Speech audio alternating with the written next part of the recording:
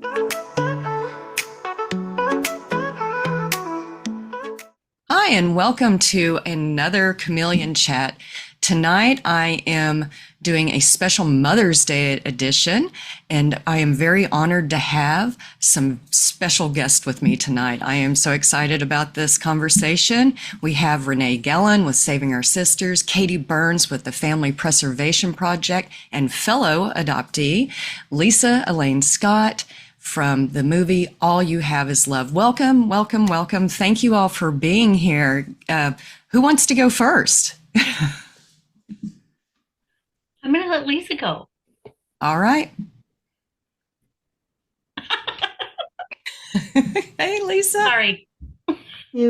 Hi, everybody. Oh my gosh, it's just so great to be here. I was going to pull up some slides. Here it is. I found it. So give me 1 second. I just want to pull up a slide. And then if we could, is it possible for me to share my screen, Lorraine? Yes, let me make host. There you go. All right. So let me share. And so what I'm about to do, I just want to take a few minutes at the top here to just tell everybody a little bit about the film. All You Have Is Love, the untold story of America's infant adoption industry. Some of you may be aware of it, some of you may not. So I do have a nice little deck here that I like to share. And let's see if we're gonna have that here. Okay, so if you can see my screen, I'm not going to put this in full screen. I apologize, but we've had some trouble doing that. So I'm just going to zoom it out like that. So I just want to run through this to tell you about the film. All You Have Is Love, the untold story of America's infant adoption industry will explore the relationship between resourceless women and the multi-billion-dollar U.S. infant adoption industry. Our theme, it is unethical to destroy one family to create another. Family building is not an acceptable reason for adoption. Our message is that family preservation is adoption reform. Might say that once or twice tonight. Mothers who want to parent their children should have access to support and resources. Adoption does not guarantee a better life for anyone, and family separation should always be the last resort. We believe in the right to parent the children we have. So that's that's the message of the film. Anyone who watches it, that's what hopefully they will be able to take away from it. And our approach is that we will bring the unheard voices of adoption into the mainstream narrative. We will focus on the current industry tactics with a particular emphasis on the myth that open adoption. Oh my gosh, this is the wrong slide again. Oh my gosh, I did fix this. I apologize to everybody. Cover your eyes. Okay. I swear I changed this earlier. I have lots of different decks. I apologize. We're recording this, aren't we? Okay. We will focus on the current industry tactics and with a particular emphasis on the myth that open adoption is the answer and makes everyone happy and okay. So those are the highlights of the film. I'm going to stop sharing now. My gosh, I apologize if anybody saw a salty word there that maybe they. Good word. Okay. I think it's applicable, but Yeah, I know. Well, sometimes when I'm writing things, I just do sort of let loose. I'll try things out. I might use some salty language here and there, not to show anybody. And then I have version 1, 2, 3, 20, 30. And I apologize. I pulled up the wrong version there. But anyway, I thought it was perfect. it is BS, isn't it? It is BS. And let's be honest, that's what we're going to be showing in the film. So let me just tell you a little bit about where we're at with it. well, Lisa, do you mind if I just hop in? So I know we're Please. shaking it up a little bit. So we're Yeah. on a little tour, if you will. Obviously doing some fundraising, trying to get the film out there. But I think there are some new faces on here, so I welcome you and hi. And I wanted Lisa to kind of give that little overview, just a brief snippet of the film and talk about it and talk about the whole context of it because for those of you who don't know me, I know there are a few of you on here that do. Um, my name is Renee Gellen. I am a first mom. My son is a teenager. We were cut off about, uh, well, formally cut off 19 months after the adoption happened. And the last time I saw him was when he was 16 months old. Um, Basically, everything that Lisa just said is kind of the whole reason why I'm here talking to you all.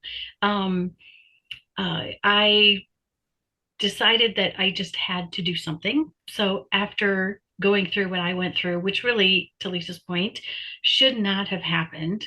I was not 16, 19, 25. I was in my 40s. I am a professional. I am not stupid. None of us are stupid, right? It is all about how resourceless we are as first moms. Mhm. And that's really what this film is going to kind of be talking about, and also really showing how the industry completely preys on women in that position. And that's really why the film is just so important. When this happened to me, I didn't want to do it. I tried to figure out every single way to pay cash for um, for his birth and figure out how I was going to parent afterwards, right? I was doing, for those of you who don't know, I was doing IT contract work pre-COVID, right? So no butt in chair, no paycheck for contractors. I was driving, an hour to work, an hour home, working 10-hour days, already parenting, which most of the moms who find SOS today and who are considering relinquishing 60% of them are already parenting. So it is not first time babies that are being relinquished here. This is parents who know that it's hard and who are resourceless and don't have the social supports and don't have the resources. And number one, don't have the finances. Gretchen covered that in her book. I don't know if you all have read the Relinquished book, but that is, that's the basis of all of this. And it's really extremely predatory. And so that's why I wanted Lisa to kind of give that little tidbit. Then Thank I you. can, Thank you, talk. Miss. Oh, Renee, you there? You Oh, good? great. um, but I just wanted to, have her talk about that because this is SOS and this is my therapy. This is how I have not let this kill me because it nearly has. And if I wouldn't have found this community, I would be dead. And I say that not lightly. I say that in all seriousness. It was devastating, and it doesn't go away. I know we talk a lot about healing and all of that, but I am not there. And I, don't know what reunion is going to bring me, if I will get reunion. I am an older mom and I don't know what it's going to bring. So I'm just out here trying to do good, be the best that I can be. And, just really put the legacy out there for my son that this really should never have happened. And, um, I can't fix it and I can't change it, but I can sure stop it from happening to other people. Um, and that's what's my driving force behind all of this. And of course, my son, and of course, my other kids, right, who are stuck living this. Katie can talk a little bit about that too. It's extremely difficult. No one um, going through all of this. They gave me a book and said, "Oh, here, give this book. You can read this book to your oldest. It'll help her, and she'll be okay if you're okay." I was never okay. I don't know how I even got to the point of thinking that this would ever be okay. I mean, I can't explain what that crisis is like. I still to this day cannot go back in my head and explain to you how I justified getting to this place. Um, and if I would have brought my son home, I wouldn't be talking to you today because nature would have taken its course. I would have bonded and it would have been over. But that's not what was put on the table. I, again, was completely uninformed and uneducated, that I did not have to sign the papers at 72 hours, that I could sign the papers at 72 hours. The industry doesn't present things to you that way. They run the show, and you're none the wiser. And so that's what SOS is here all about, and that's what the film is about, is really to get out and to stop this from happening. There's a lot of crazy stuff going on. If you follow NCFA and some of their stuff that they're doing, it's just, I mean, go check it out. I don't know how to justify what they're doing, and that fixing adoption is something that's even possible that they're talking about, because it's not possible. Prevention is family preservation. Prevention is reform, right? That's the whole key. And they're not trying to do away with it, right? It's supposed to be family, it's supposed to be child welfare, where we're, getting to a point where hopefully families can take care of themselves and adoption isn't necessary, right? There's supposed to be an end to it if we're doing things better. And that's the thing, like you said, NCFA isn't doing that, because I shared a post of theirs yesterday where they were literally advertising family building tool. And I was like going, it's a sustainable business model. And that's what people, when they push back when I say it's a supply and demand industry, but that's exactly what this is, right? Yeah. It's an industry, and they're trying to be sustainable, and they're branching out into surrogacy and embryo adoption and other things to be maintain being sustainable. It's an industry. Yeah. And their answer is just to throw more therapists into the mix. So let's just continue to make money. We're going to continue to traumatize everyone. We know it's trauma. We acknowledge the trauma. We talk about it at our annual conference in multiple sessions. But our answer is just, let's provide lifelong therapy, and then that'll make us ethical. Like, we need to put the critical lens on, and that's what we need to do when we're out talking to the general public, because they just don't understand. They don't understand. And when I'm talking to someone who doesn't understand, and I hear them say, I never thought about that like that, then I know I got them. And that's what we need to do, is to say, what was so bad? What was so bad that she got to the point of thinking that strangers were best for her child? That's what we need people to think about. And it's a little bit of a leap, and it takes a lot of patience on our part, and really kind of meeting people where they're at. And, the first 2 years after this happened, I was not there. I don't know. Some of you, I think I was connected to, but, I was on a mission, and I was mad. I was really mad. I'm still really mad. I just have a better way of communicating it now. And I'm hitting it where their pocketbook is. So, but yeah, I can stop talking now. Katie, do you? Because I could talk for like weeks. But I don't know what, Lisa, did you want to talk more about the film, or should I introduce? Yeah, I do.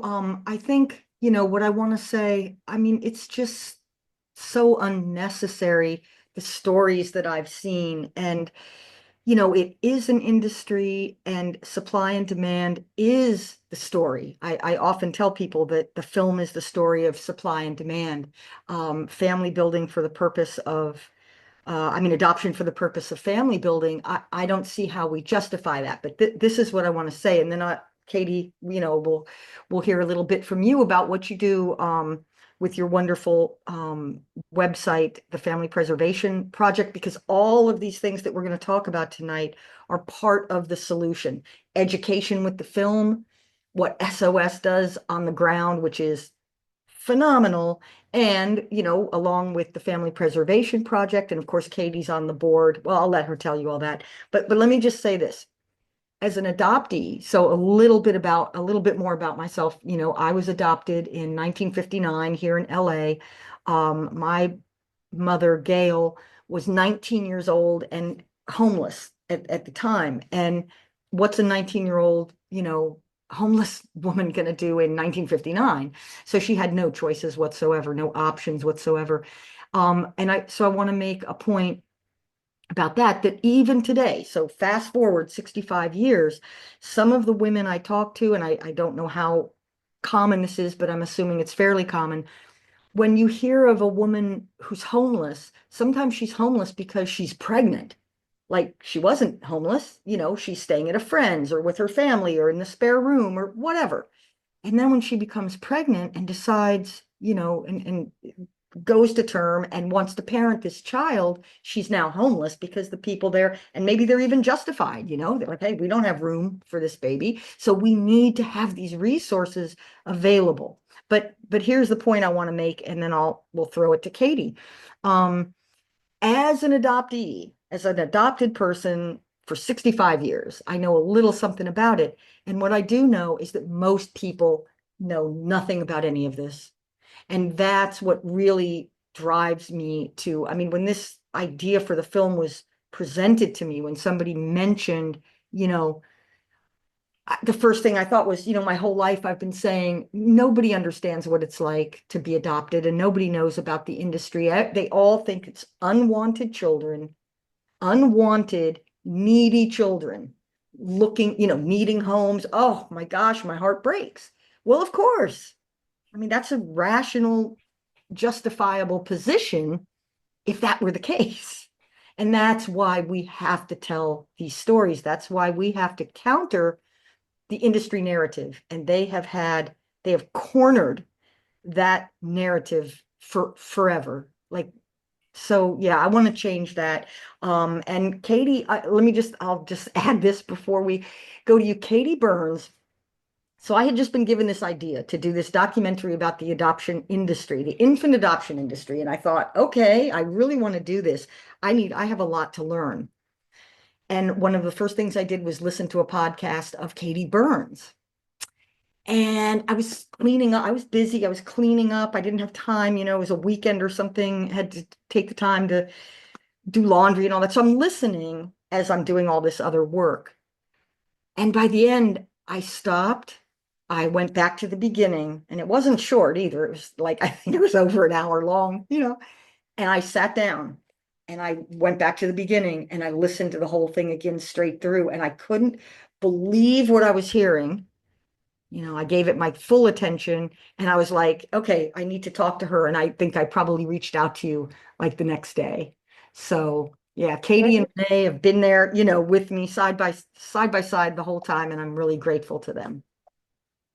I'm very grateful to both of you. I guess, is that me now? I have to be careful. I've learned with myself that there's two me's. There's one that can talk about practice and policy, and I'm fine. But then there's that trauma. So let me talk about my page and SOS first.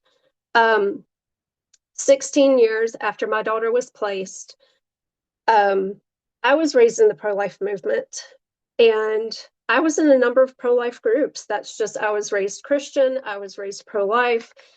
I never intended to have an abortion. I wanted to parent from the beginning, but all the pro-life people in my life kept saying, thank you for choosing life. But nobody would help me with resources. And I thought I just wasn't loud enough. Maybe I didn't say the things that I should have said the right way. And my daughter began to tell me some things when she was 15 and 16 years old that ran counter to the narrative that I had been under the belief of for many years. That's when I discovered support groups and birth mom support groups, adoptee support groups, triad support groups. I had no idea this world existed. I was alone for 16 years, just drowning. And in these birth mom support groups, I keep hearing my story over and over again. And that's when it dawns on me, oh my gosh, I'm not the exception. For years, I thought somehow it just fell through the cracks. Somehow I wasn't loud enough. I wasn't assertive enough. I was a good girl. I wasn't, I wasn't loud. But then I start seeing and hearing my story over and over again. And that's when the realization is, oh my God, this is a machine. This is a machine. We're all told. They didn't intend on the internet and all of us discovering each other and talking to each other. So that's when I realized, this is calculated. What did I need? Who did I need at the time? I needed resources because resources were intentionally withheld from me. I went to the health department, who shamed me and told me I was just a baby having another baby. I went to the church. My pastor solicited me for my unborn child. My parents, they were big in the church. They were big in the pro-life movement. This was not a good look for them. It was adoption from the beginning with them. I was being told, I wasn't invited to family Thanksgiving that year and family Christmas that year. So I believed that my family, extended family, was also very deeply ashamed of me. Years later, I would find out that no, this is before cell phones, that my family had been reaching out to my parents, asking if an aunt had offered that I come live with her. A grandmother offered that I could come live with her. And their answer to all of them was, no, she's decided on adoption and we are supporting her in that. So these 16 years later, I'm like, moms need resources, but they need safe resources. So I started the Family Preservation Project where, it started out in just these support groups. Hey, this mom needs diapers. This is where she's at. We kept having the same things, like having to have the same conversations over and over again. So I was like, I'm just going to make a website. So if that location comes up again, boom, here you are. It's right here. So I developed the website. It's all 50 states. I've added like an education page, a voices page, which is adoptee and birth parent social media. Along the way, I met up with Renee. I mean, it was kind of a blur because there was, I'm deconstructing from a number of things there. So that whole like 2015, 2016 era is kind of just a blur for me.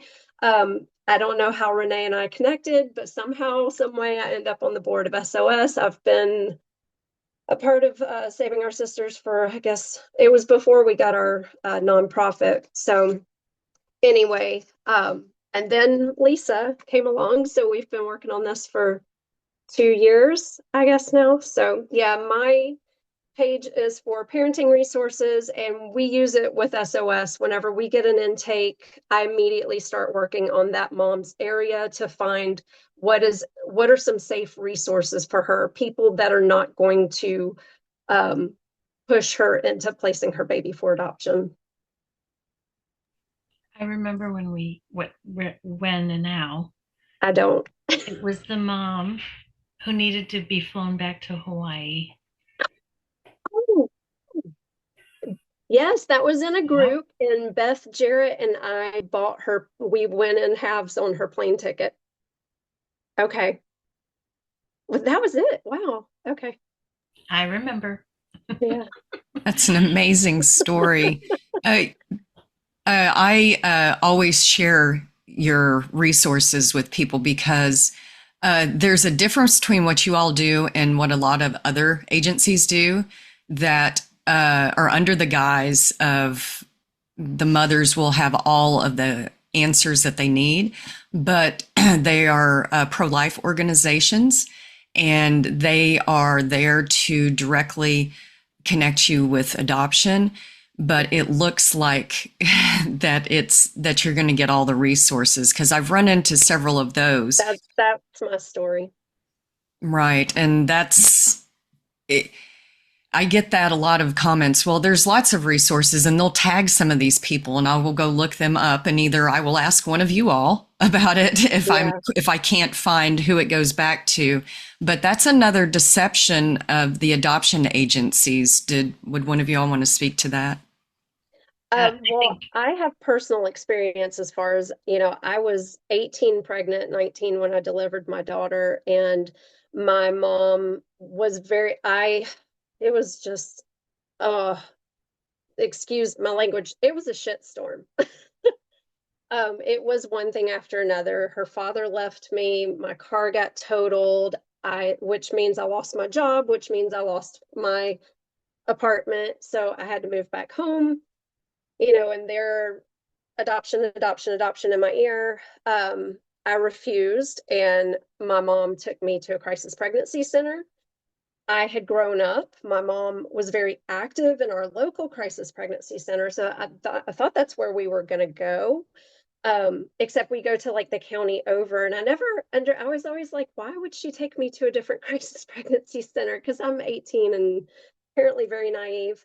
My mom worked like 2 blocks away from our crisis pregnancy center, and she volunteered there, so somebody might see that her pregnant teenage daughter. So we go to this crisis pregnancy center. You had to walk through a boutique. There's baby clothes, there's diapers, there's maternity clothing. We go back to a counseling room, and the lady would only talk about adoption. And I remember telling her, like, I think you have me confused with somebody else. Like, I want to parent my daughter. And that's when she said, well, all you have is love.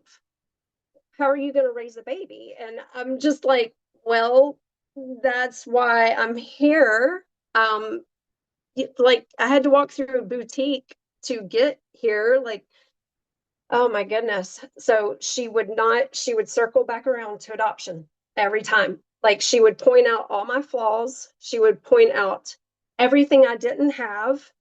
I mean, it was just a steady wearing down of you're nothing to this baby. Like this baby deserves better than you. I went to her twice, and after the second time, I told my mom, I was like, I am not going back there. Like, she's wasting my time.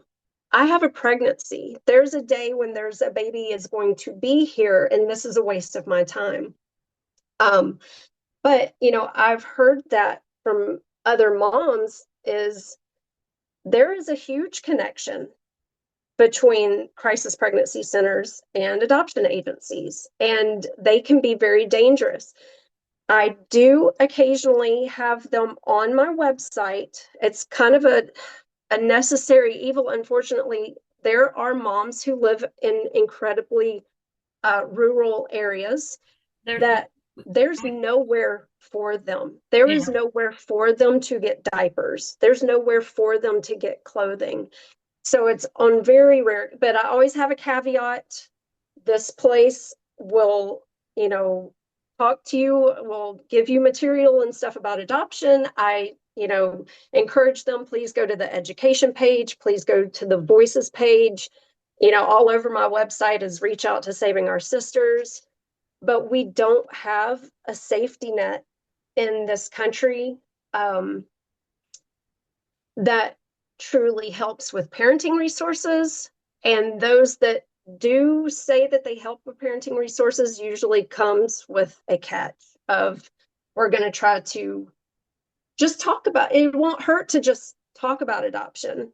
But when you sit down and you just talk about adoption, now they start pointing out to you all your flaws, everything that you're missing. And then it's, oh, well, you could just look at the profile books. And now you're seeing people that you're in crisis. And now you're looking at people on their boats and at their vacation homes and all of these things that you are not able to provide to a child. And, the whole, oh, it doesn't hurt to talk. Yeah, it can. It can absolutely hurt to talk because you are talking to someone who is motivated to wear you down. yeah. And what you covered a little bit, Katie, is like the whole resource desert, right? Everybody's like, oh, there's resources. There is not. There's not. We can tell you there is not. And um, to add on a little bit to that, Lorraine, what you were talking about is the funneling of money from the two large pro-life organizations into crisis pregnancy centers. And Katie has done some, Katie's the digger, you guys. She's the researcher. She will dig up everything. She will find everything. She's, I need her. Like she does. I don't have time. But she literally has mapped out funding from Heartbeat International and CareNet, and actually has found that there are literal contracts that these crisis pregnancy centers sign with Yeah. these two organizations in order to get funding. And they have to sign on the line saying that they will never refer to for abortion, which, okay, but if they use there's certain verbiage that they have to use on their website. And if they don't have that verbiage on their website, funding gets pulled. So They have to discuss adoption. That's I know Heartbeat, it may be both of them. I know Heartbeat for sure has it in their contract that to be an affiliate with Heartbeat that you have to discuss adoption and basically promote adoption in order to be their affiliate. And they're worldwide. Heartbeat's worldwide. I know, I want to say they have over 2,000 affiliates. Their big thing now, well, it's been for a number of years, is maternity housing. And the maternity housing affiliates, if they're affiliated with Heartbeat, they also have to encourage adoption and talk and discuss adoption with their clients. yeah, it's just this tangled web. You know, we actually even have a contract from one of the organizations, Let Them Live is one of them. They actually have moms sign a contract saying, um, what does it even say? It basically is like um, they will help her. And this was prior to, I think, Roe v. Wade being overturned. Yeah, I feel like this was a few years ago. Yeah, but it basically said that they will not go and get an abortion, and for that they will be paid. They will be literal But paid. there was a time frame. Yeah. And I think this mom that we had helped, like she had passed the time frame with them or something. Yeah, they basically were cutting her off, I think. It was, Yeah. and she was like, That's been a few years. yeah. But that's the underlying web that is woven, and the fabric of this whole industry is reinforced over and over again with the amount of money and the amount of networking. Um, you know, and I'll circle back to some of the film a little bit too. You know, one of the biggest issues we see at SOS is these moms signing in the hospital. I signed in the hospital. I didn't have any other, right? I didn't have any other awareness that I could take my son home.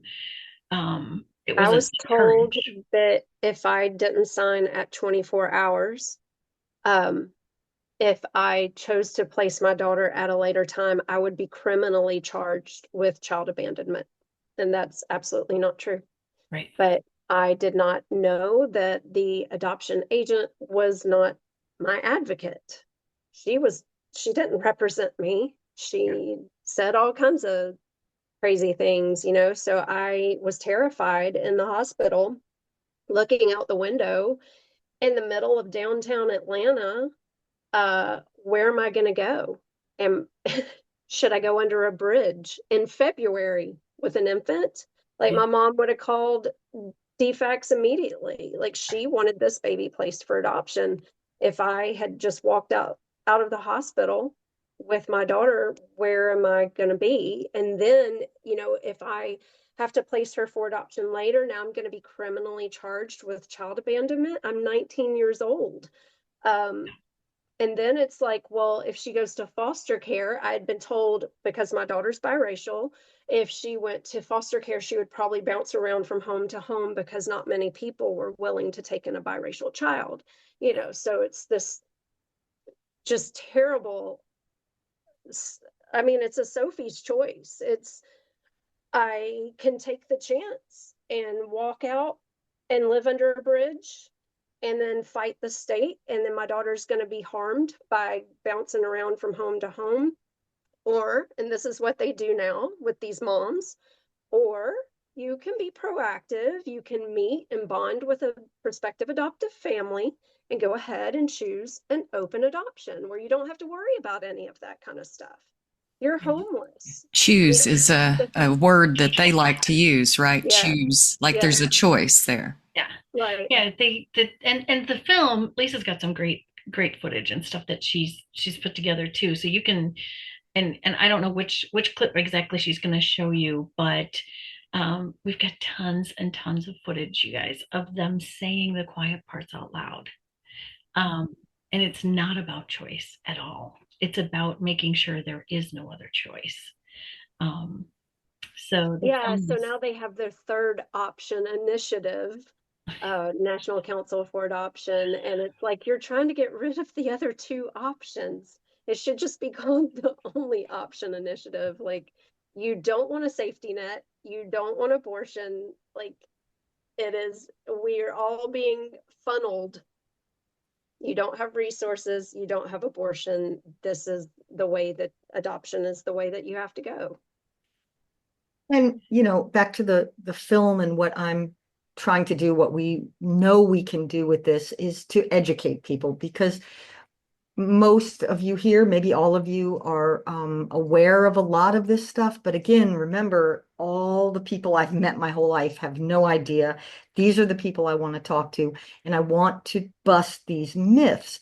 Like, we can assume, I mean, who wouldn't assume, right, that a woman, a mother who changes her mind might be able to do that, right? Common sense. Okay, she signed some papers, she's talked to somebody, or maybe her parents can give her play, whatever the situation. Oh, she changes her mind, she's going to get her baby back. Nothing could be further from the truth. In like 24 states, and anybody can correct me on this, I don't have those numbers in front of me right now, but it's a whole lot of states. It's zero revocation. And so when we are able to finally put this in the context of an industry with supply and demand, people will understand that that is their goal. Get that signature, get that baby, and that's it. It's over, because we now have supply. So again, most people wouldn't assume that this was the case. And so I've talked to mothers in the course of all the moms I've talked to over the last 2 years. I mean, there's several. One is coming to mind, right now. I mean, she was so coerced and so berated and so in the hospital room, and it had not been an easy birth, that she finally, and knowing nothing about adoption, or very little, I should say, she decided to sign, thinking, I'll just, as soon as I get out of here, I'll fix this, right? Well, she learned the hard way that she could not, that I believe this was in Florida, and it was irrevocable as soon as she signed. So that's one story. There are many others like that. We have then the paperwork. And I also want to make clear that, that when we're talking about these stories, it's not just little agencies, and it's not always, I mean, it's always pro-life. Like, they're always going to steer you vigorously towards adoption. But I mean, it's all the agencies out there. It's the biggest ones. American Adoptions is the biggest. It's either the first or the second. Gladney and Bethany are right up there. Those are the top three. They don't really care what religion you are. They're not really going to try to, get you to go to church, but they want your baby.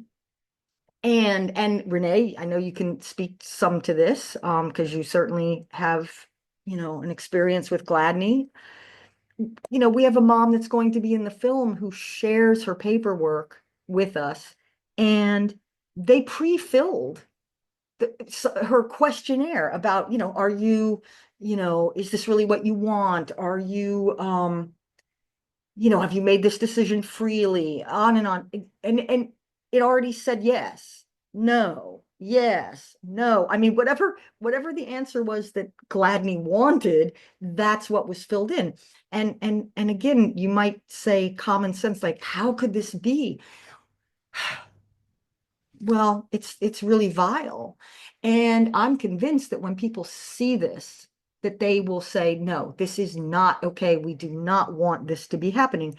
And the other point about the paperwork that I want to make is that in all of the situations that I've heard, and I'm sure it's the absolute norm across the board, they basically do a paper dump on these women. It's like, here you go. You've seen nothing beforehand. Here you go. You're going to sign all of these.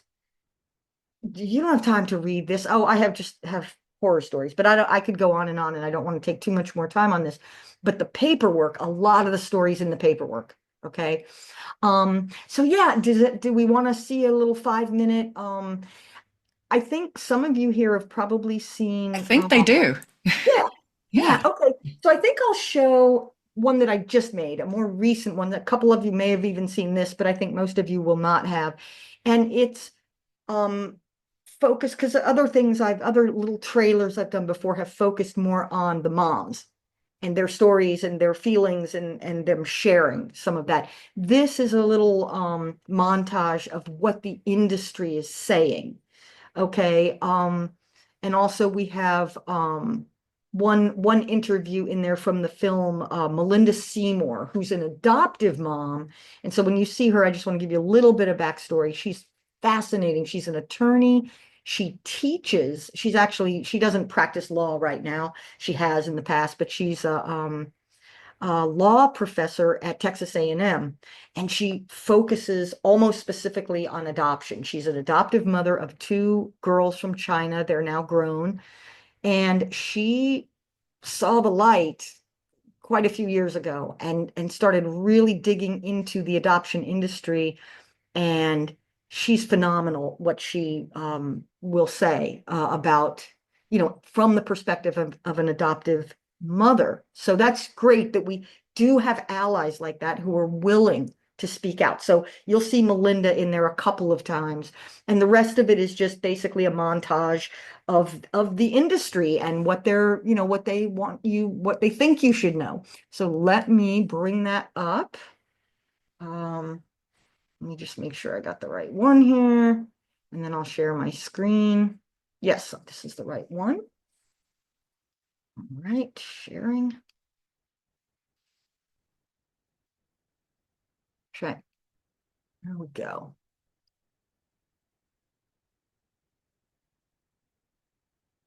Right. There is money in this. There is money in the separation of that baby from its white mother, especially. So that while we are grateful for the agencies who perform this service, it is not unreasonable to wonder whether or not a bias is working with it. Phil, that's it. Phil, that's there. Can I finish, Phil? Sure. Every day, I advocate for others to become parents through adoption.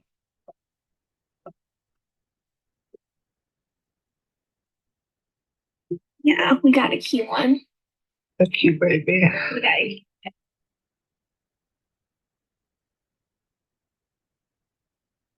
If the lady from the agency can make it here, then she, I guess, would sign him over to us. And if it's done that way, you don't have to wait the 48 hours. There are grants, there are scholarships available for the families seeking adoption.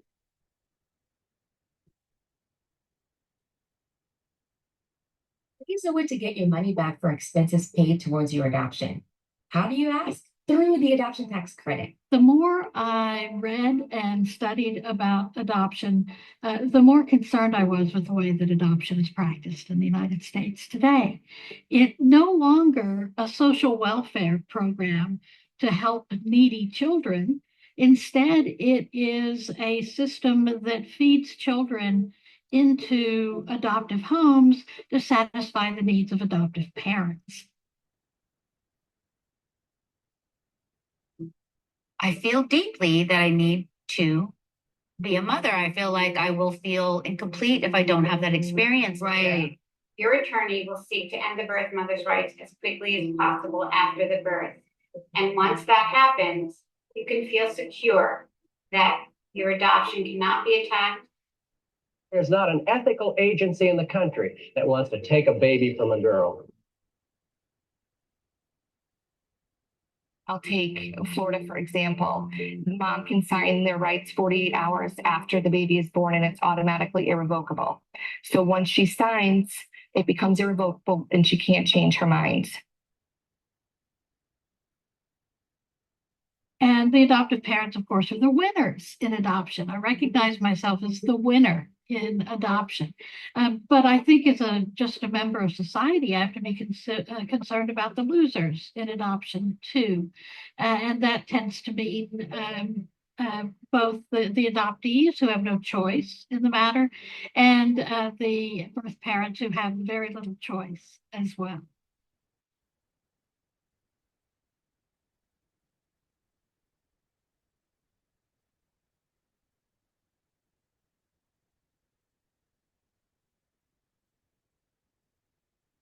Right. So yeah, that's just a little taste of the kind of content that I want to include in this film. People have to walk away from this knowing the whole story. And if I might just take a minute now to talk a little bit about the fundraiser that we're putting on. We've been raising funds and it's been going really well. I'm so grateful to this community, and I'm so grateful to people who have supported us in all kinds of ways, because I know that we want to see this film made. It really helps too to show the world that we want to see this film made. So right now, we have a little deal going on. Anybody who wants to go to allyouhaveislove.com, there is a big donate button. It's as big as you can't miss it. And we have, for anyone who's able to donate $50, you just click on that link and it takes you to Saving Our Sisters, which is our 501c3. You can get the tax deduction by donating through that website. They're our fiscal sponsor, and you will get a signed copy of the book Relinquished. And for $100, you will get a signed copy of Amy Seek's God and Jetfire and a signed copy of Relinquish. So you get 2 signed copies. And I know a lot of you may be saying, well, you know what? I have one or both of these books, and you may, but are they signed? So if you want them signed, maybe you can give them as gifts, or you can give the copies that you already have as gifts, or, just throwing out some ideas. So again, one more time, allyouhaveislove.com. It's right there. Also, let me say this, please. If you haven't subscribed to the newsletter, this is so important for you, because if you care about the film and you want to know what's going on, we are going to be letting you know, all kinds of really good information as we go. We'll let you know what we're shooting, where we are, lots of fun stuff. So subscribe to the newsletter. It's all right there on that page, allyouhaveislove.com. And that concludes the pitch. Thank you so much, Lisa. Thank you, Lorraine. And Thank everyone. Also, Renee has volunteer opportunities for Saving Our Sisters. So let's go ahead and mention that too, as long as all the donation, because please share this information with anybody, yourselves, anybody that may be interested in donating. But Renee, why don't you talk about some volunteer opportunities also? Yeah, and Lisa has had, you guys, the rare opportunity to actually recover 2 infants.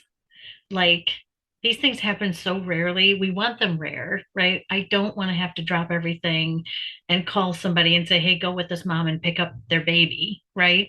But she's been able to do it twice. And I mean, she can talk about that, but our main thing with what we want with these sisters on the ground and people that volunteer with us is really just to hang out with mom, stay in touch with her for as long as she wants to be in touch with you. A lot of these moms just fade away right? Because they figure it out. There's some other film clips out there on the YouTube channel, and we'll post that in the chat too. But there's Jasmine out there who, when she says in that clip, "I did it," like, just those words, I even just say it now. I still cut up. Gosh, you guys, we didn't even show that clip, and I'm still cutting up. That's all they needed. I talk about Crystal, the one mom, who I, very shortly after I went through and relinquished my son, came out of the gate right away doing something. And I talk about Crystal's story all the time. She was living in her car. She, wasn't working. She was newly divorced, pregnant, single parenting. She had an older daughter and then a set of twins. And she was literally living in her car. Her mom had her oldest, and the twins were with their dad. And I just got talking to her, and I said, "What are you doing?" And I said, do you have drug issues? Do you have alcohol issues? Do you have mental health issues? And she's like, "No." I'm like, "Get a job." Like, get a job.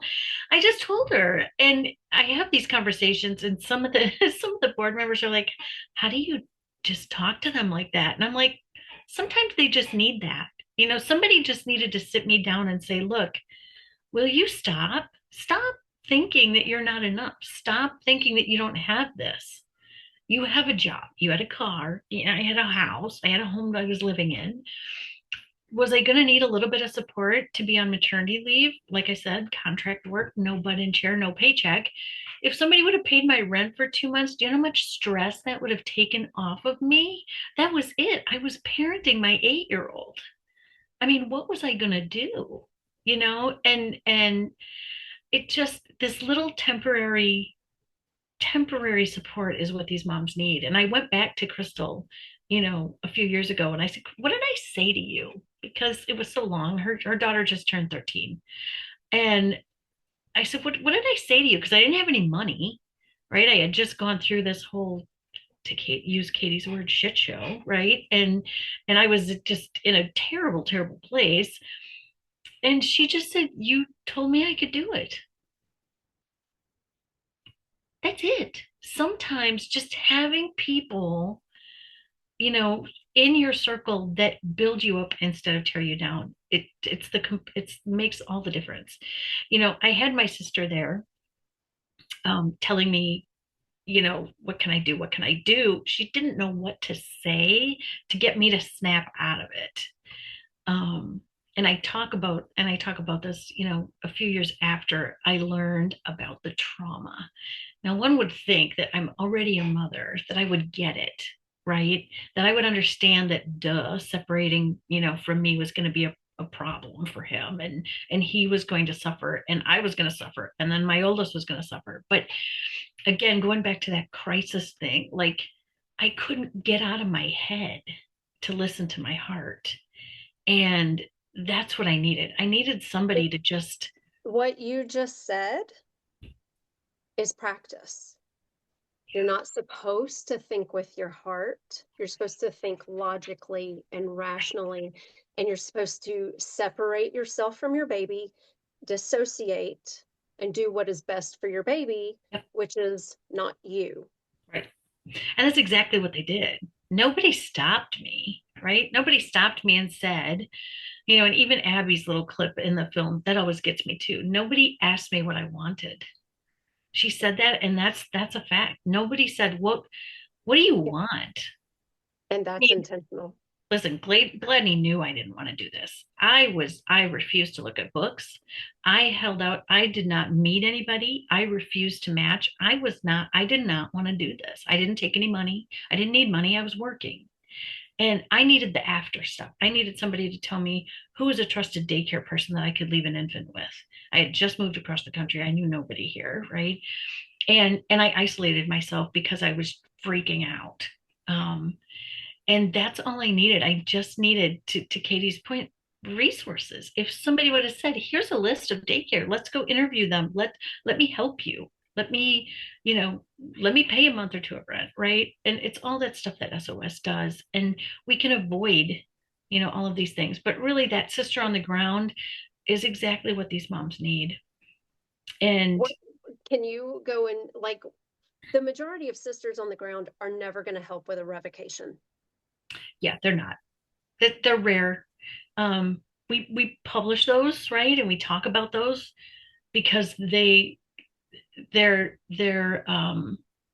we're trying to prevent that, right? I don't want these moms, to Lisa's point, to think, oh, I can sign, right? And I can fix this.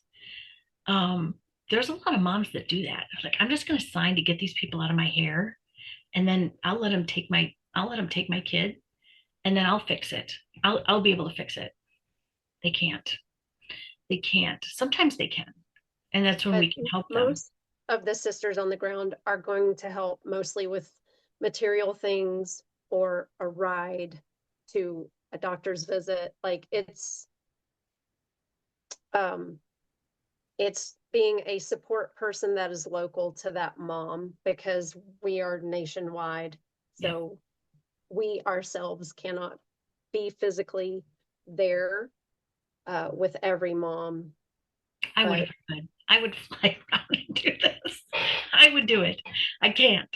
But it's also being an objective ear, right? Being that objective. Look, I mean, every mom that I ran into, it happened to me. I had a broken relationship with my mom. Something is broken in that, where you don't have that connection. Something is broken, right?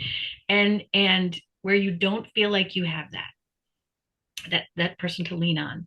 And that's what the Sister on the Ground is. It's just literally being there to answer the phone, answer a text at midnight, just listen.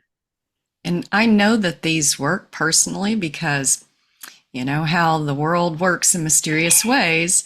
I met a friend of a friend, and she was like, I know who you are from social media. And she said, saving my sisters kept me from signing my child over. So she had been in contact with an adoption agency and then contacted Saving Our Sisters and ended up not signing. She ended up getting the support that she needed, and she parented. So I know that Sisters on the Ground work. So if you all are called for that, please reach out to Saving Our Sisters and remember the donations. We will be making sure that everybody has access to those links when we go back and I put this recording on YouTube and share it on social media. So all those links will be there. I think we're ready for some Q&A now. Lisa, can you make me host again so that I can go ahead and stop the recording so that we will go ahead and do our Q&A?